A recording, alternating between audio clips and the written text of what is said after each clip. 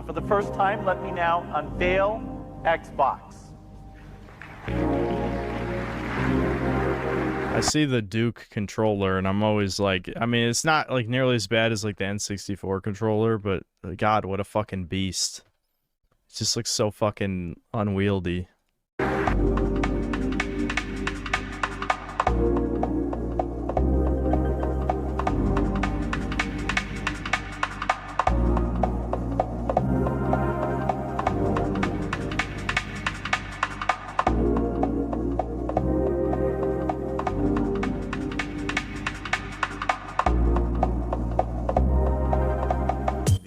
Early 2000s were arguably one of the best times for the gaming industry. Grand Theft Auto was becoming a household name, JRPGs were entering its golden era with Final Fantasy, Persona, and Kingdom Hearts. Halo and Call of... Well, a lot of people would probably debate that. I mean, a lot of people prefer the Super Nintendo and PS1 eras for JRPGs, but I'm not a super huge JRPG guy, but I have heard that debate a bunch of times. Duty were looking to be the biggest multiplayer games ever, and a lot of gems like Devil May Cry and Yakuza started off in the 2000s. Alongside this, we had the GameCube, the original Xbox, the DS, the PSP, and the best-selling console of all time, the PS2. Long before the age of DLC or loot boxes, back when you actually had to play the game to unlock new content, and the hidden characters were always those silhouettes. The 6th generation of consoles would be one of the greatest times for games, as during this time gaming was evolving faster than it ever had before. It defined and perfected 3D gaming, alongside having passion and personality with just about every single title. All sorts of stuff was being released at the time, and a lot of it was pretty creative and experimental. Never mind, so I gotta play Onimusha, and it made everything feel really fresh and new. The Tekken series would be fully solidified as a competent fighting game series up to this point, and yet Tekken 4 would still have one of the most striking and unique aesthetics in the entire series. Companies like Rockstar were pushing out games left and right, each one better than the last, and graphics were becoming so much more detailed that it really felt like games were evolving into new heights. Look at Jill Valentine's in the 2002 Resident Evil remake, and look at her a couple years ago in Resident Evil 3 for the PS1. In only a couple years, Resident Evil would have one of the smoothest and most realistic looks for the generation, and Jill herself would be much more of a realized character in terms of appearance. But as I've mentioned before with my turn-based video, games at this time were undergoing a massive 3D transition. While some developers were pushing for 3D within the 90s, just about every developer was pushing for 3D within the 2000s, and with this heavy transition into the next graphical leap, there was a lot of very interesting concepts and designs that originated from this era of gaming. Some for the better and some for the worst. Menus and UI interfaces would probably be one of the most obvious aesthetics present in just about every single game in this era, and almost all of them going for a sci-fi look within its visuals and sound design. They also all had a very interesting and appealing look within its visuals. In my opinion, it had a very smooth look to it all, and it was realistic. Nothing like what we have today, but also not blocky messes like the 3D games were in the 5th generation. This applied for character models within the games of this generation, but also the environment. Tomb Raider Legends is a game that I grew up with on the PS2, and it has one of the most detailed and realistic looks compared to a lot of the other games on the system. With some environments and scenes that look so good, you would probably think that it's an early PS3 game. So what kind of ancient artifact you got there? The modern kind. Rutland's men must have been using it to move about.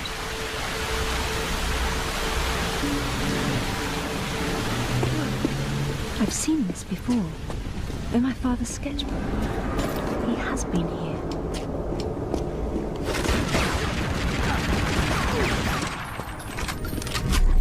Alright, I mean, you don't have to show this much. Wasn't Rutland. It's a long ass Most cut. developers were going for realism, but there was always a bit of an unrealistic, cartoony touch added to it that just made it look good and age well in my opinion. And honestly, that would go into just about every game of the generation, creating this level of nostalgia for a time where graphics felt like they were at their peak.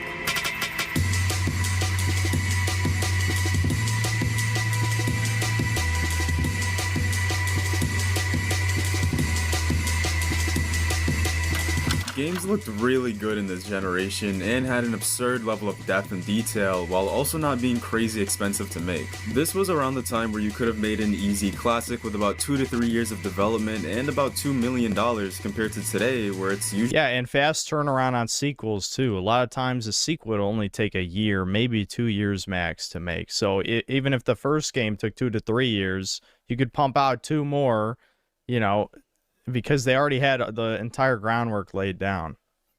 So now it's fucking 5 years every time you need a new game.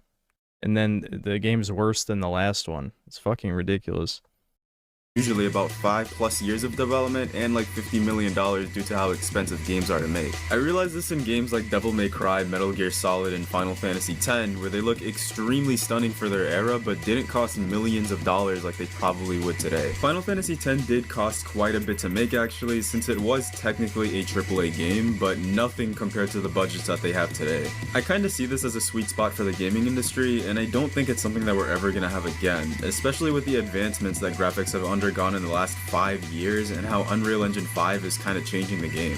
In terms of 3D games, a lot would be thanks to the 5th generation of consoles being the PS1 and Nintendo N64, and with those two consoles being the forefront of mainstream 3D gaming, they were able to experiment and test out a lot of this new technology. The N64 creating Mario 64 and Ocarina of Time was mind-blowing for the time, and of course the PS1's amazing capabilities granted us gems like Final Fantasy VII, the OG Resident Evil trilogy, Gran Turismo, and Pipe Dreams 3D. The only problem with the 3D games within the 5th generation would be that since this was the first time gaming really rose to this level, a lot of these games were doomed with god-awful controls and very interesting voice acting. My friendly card-carrying cupids!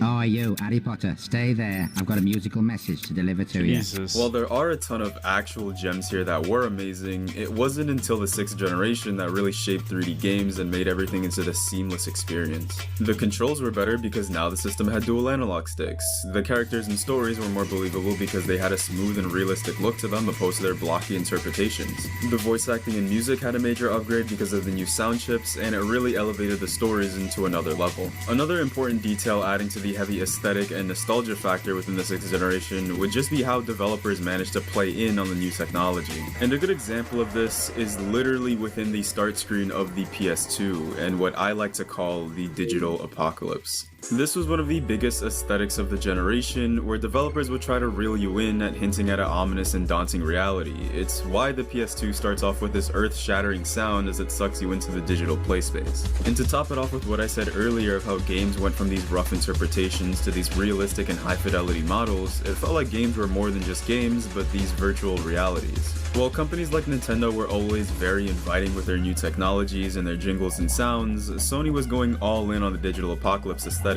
with their system sounds and even their games at the time. Ridge Racer Type 4 is probably my favorite racing game of all time, and it's an arcade racing game from the PS1 that has one of the best soundtracks I've ever heard. There's a lot of pop, jazz, and drum and bass sounds that gives it so much personality, alongside having an amazing female lead singer for the opening. So why is it that when you open the sequel to it, Ridge Racer 5 for the PS2, you're greeted with this? FM, broadcasting live from Ridge City. This is for all you race fans out there. Here are the Boom Boom Satellites coming straight at you with some wicked beats. Check it out now.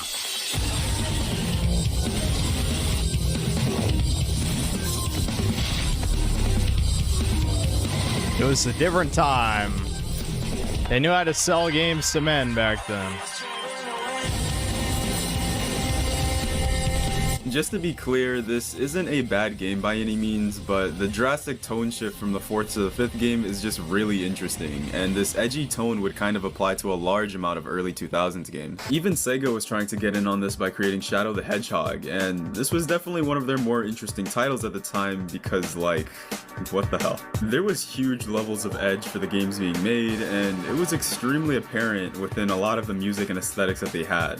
And while I actually still really liked Shadow the Hedgehog for what it was, it definitely had some The game is next-level shit. edge even for this generation. While there were of course a lot of lighthearted games, the bigger and more enjoyed games outside of the AAA were games like Devil May Cry, God of War, and Kingdom Hearts. Jak and Daxter, which is a pretty well-known platforming series, even joined in on this during their second entry, which is arguably the best in the series. Jak and Daxter 1 was a very safe and colorful game, and then the sequel comes along and changes the entire mood and atmosphere almost entirely. It's really interesting to see how a lot of the games of this era seem to fall under this aesthetic almost seamlessly.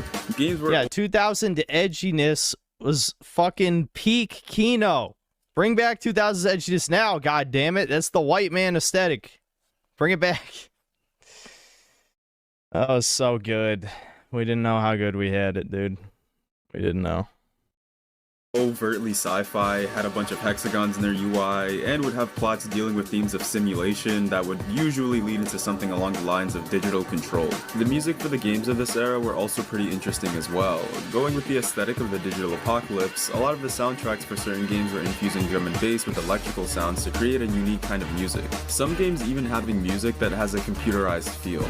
There is a song from Yakuza 3 soundtrack that actually embodies this extremely well, and while the game did come out in the later parts of the 2000s on the PS3, Ill Treatment embodies this digital apocalypse vibe extremely well with its rock sounds and how the vocals comes off as distorted and messy. Tekken 4, for example, is literally perfect for this, as it has so many moments where their music and sound sounds like it's breaking up and it's struggling to play at some points.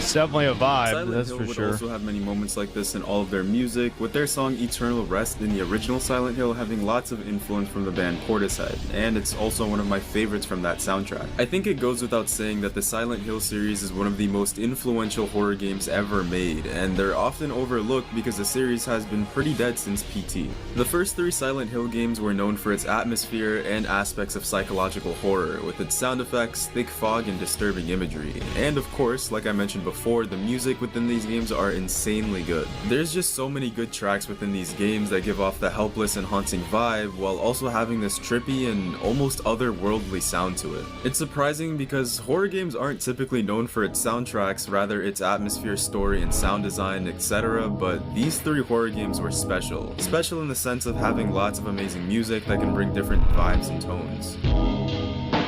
I'm here for you, James. See?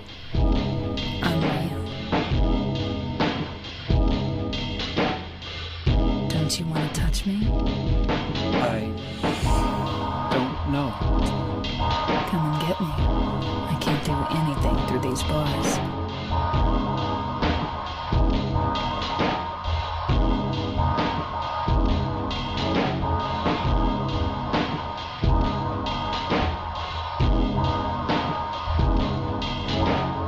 The creativity within these consoles made for some of the best and most memorable experiences to date, back in a time where you had developers who actually wanted to make good, finished video games. AAA games existed of course, but gaming was still growing as a medium, and companies didn't have these enormous budgets to work off of, unless you were like Square Enix or Rockstar. But the smaller budgets to make games worked well in the favor of these companies, as there just wasn't too much to lose. Developers were able to experiment to create some of the most interesting concepts imaginable without the fear of losing millions of dollars if the concept failed. Shadow of the Colossus, Kingdom Hearts, Okami, these are all games that can be labeled as abstract to an extent, and probably would be nowhere near as big if they released today. Nowadays, with how every company is playing it Kingdom safe, Hearts it's probably damn near would be, impossible to because get the something Disney even slightly aspect. creative and new, because if the risky concept fails, it could lead to the end of a franchise or the end of a company altogether. And just off the top of my head, the last time we got something new and creative was probably Stray, Baldur's Gate 3, and Hi-Fi Rush, and even then, games like that don't release all too often, unfortunately. I don't know if but with how I'm not sure I would call Stray that creative. It's just a cat walking simulator with puzzles.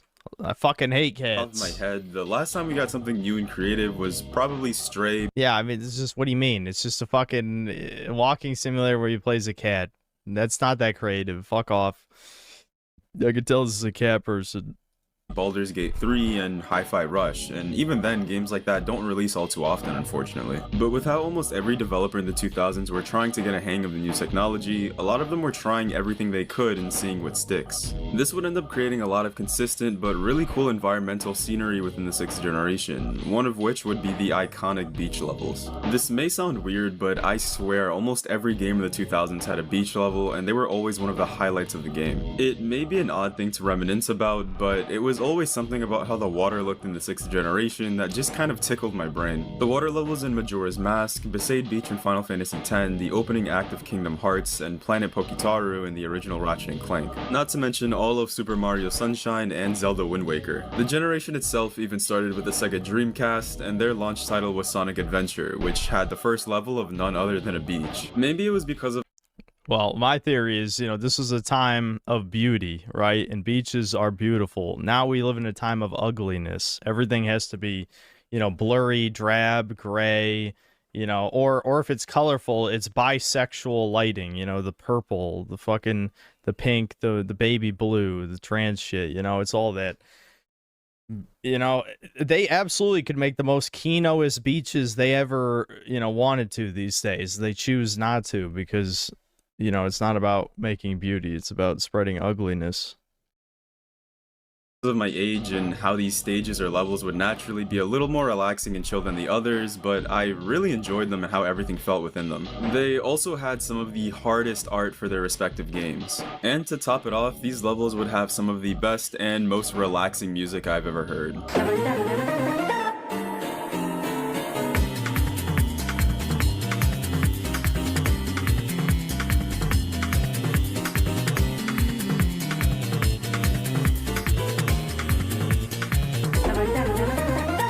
Yeah, beach levels kinda peaked in the 6th gen, but outside of the stages or levels, there is one game in particular that released in the year 2000 and completely embodied an early 2000s vibe. From its unique art style to its soundtrack to its gameplay, this is a game that's pretty fondly remembered during the 2000s, and that game would be Jet Set Radio.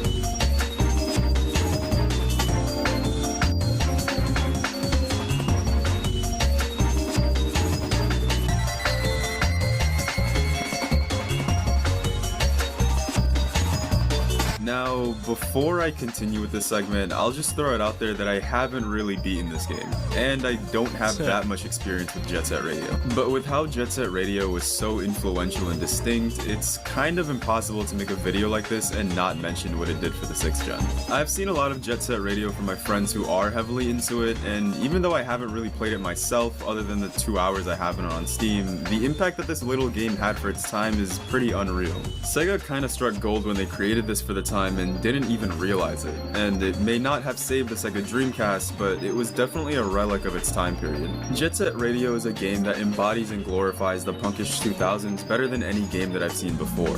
The music is high energy funk, electronic, hip-hop, drum and bass, and the characters are all skating and grinding around as movement, the arena, and the designs are so aggressively abstract and distinct. Not to mention just how hard every single art piece is for this game. The visuals emphasized bold lines and vibrant colors, and capitalized on the 2000s craze of skateboarding and spray painting.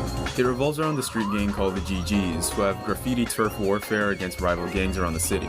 The game doesn't really have a main character, but the character that they do show the most would be called B, and he would eventually meet more characters throughout the game to join him. It also takes place in a dystopian future where the government is trying to get rid of graffiti gangs. And that's honestly the main premise. You just go from level to level spray painting, claiming territory, and avoiding the law and other things. It's funny, if something like that came out today, that would be like woke messaging, just because like the leftists represent this pseudo rebellion shit. Like graffiti is meaningless, essentially. It's supposed to be like, spread art.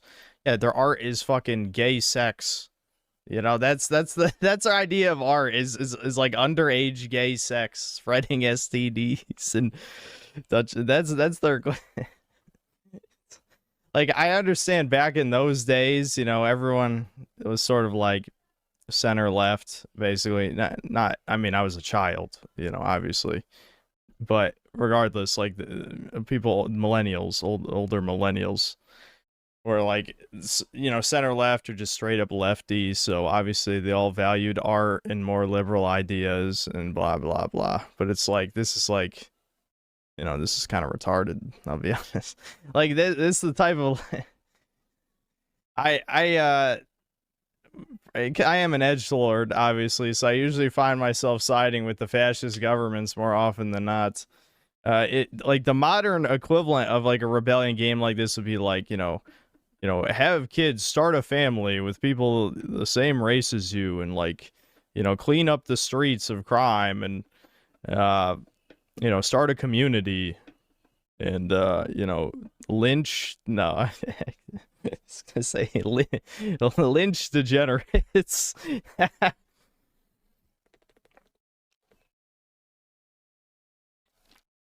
spread Christianity. Have everyone become a Christian, convert to that.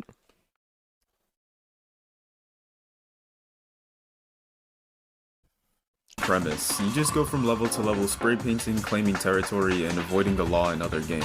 It aimed to capture the rebellious and artistic essence of street culture, and managed to blend it seamlessly with a fast-paced skate and trick system, and had graffiti mechanics. Jet Set Radio was also one of the first games to create a cel-shaded look within its visuals, and many games after Jet Set would seem to emulate this look within their own franchise to get a certain style to them. Zelda Wind Waker is one game that would try their own version of cel shading after Jet Set, and even games like Borderlands would become known for its unique cel shading adjacent style within their own games. It would also go on to inspire the semi-recent Bomb Rush Cyberpunk, which aimed to capture that early Jet Set Radio vibe in every single way. Unfortunately, when I did play this game for the first time back in August, I couldn't get so far for the simple fact that the controls and the way this plays just wasn't the best. I do love the aesthetic and everything about this game, but unfortunately it does feel like you're on ice 24/7, and certain movements and sharp turns can be kinda hard.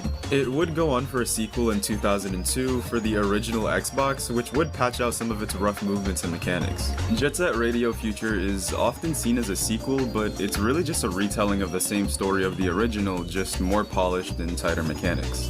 Just about every game in the 6th generation all had something going for them, and aesthetically, this was the most beautiful generation of games in my opinion. Everything was just right. Games were realistic enough to catch the attention of everyone in a 5-mile radius, but also not absurdly realistic, and the music and atmosphere here still rivals some from our current generation. And a lot of the franchises that are so big today have really started back in the 6th gen. And I mean, there is a reason on why the PS2, for example, is one of the most emulated consoles ever. And I didn't even really mention it before, but this was basically where the whole character action genre started, with the first Devil May Cry, which was one of the most influential titles of its era, as for the first time, an action game was released where you had a plethora of weapons to choose from, melee to range-wise. One of the main focuses would be how it plays off of how stylish you are during combat, which is very new for the time. Combining an extremely fun combat system with combos and a variety of weapons, alongside how stylish you are during combat, was able to spawn a whole new genre that I don't even think Capcom saw coming when they created this game. From here on, we had DMC 2 and 3 come out, with DMC 3 being known as one of, if not the best game in the franchise, then God of War 1 and 2, which were amazing games for their time.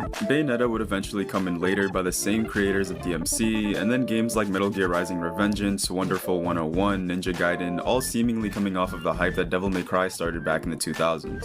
Due to the power of the 6th gen consoles, we had the biggest graphical leap in gaming from the 5th gen to the 6th gen, and developers were more creative due to that fact, and were able to pump out creative masterpieces on the hardware that would be remembered for years to come. Dual analog sticks were becoming a necessity in every system in order to more properly play the games coming out, and the budget cost significantly less to make a good video game than it would now, and the developers were able to make good games that genuinely looked amazing for the time and didn't have to sacrifice their budgets on gameplay. Thanks to the crazy level of experimentation as well, so many new ideas were greenlit because chances were it probably didn't cost so much money to the point where the publisher would go out of business if the idea failed, leading us to some of the most creative games ever. Like Fugitive Hunter on the PS2. Fugitive Hunter? How do you think it feels? Any day from 9 to 5. Why do you cry still? Many kinds of good days. Try you to sunset well. It's coming here by and by. It's pretty good.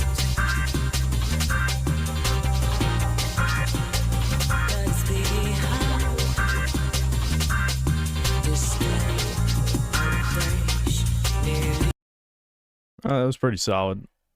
Pretty solid video. Just a trip through memory lane. Nothing wrong with that sometimes. How the fuck do we have like more people watching right now than I think we're watching Doom? That's funny.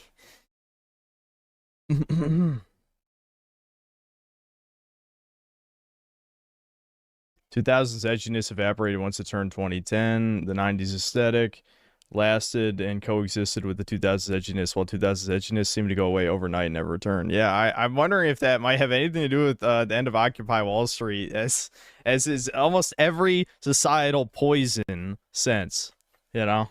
Because, you know, they knew 2000's edginess was part of the white man shit, and they had to kill anything the white man enjoyed after Occupy Wall Street. So, you know.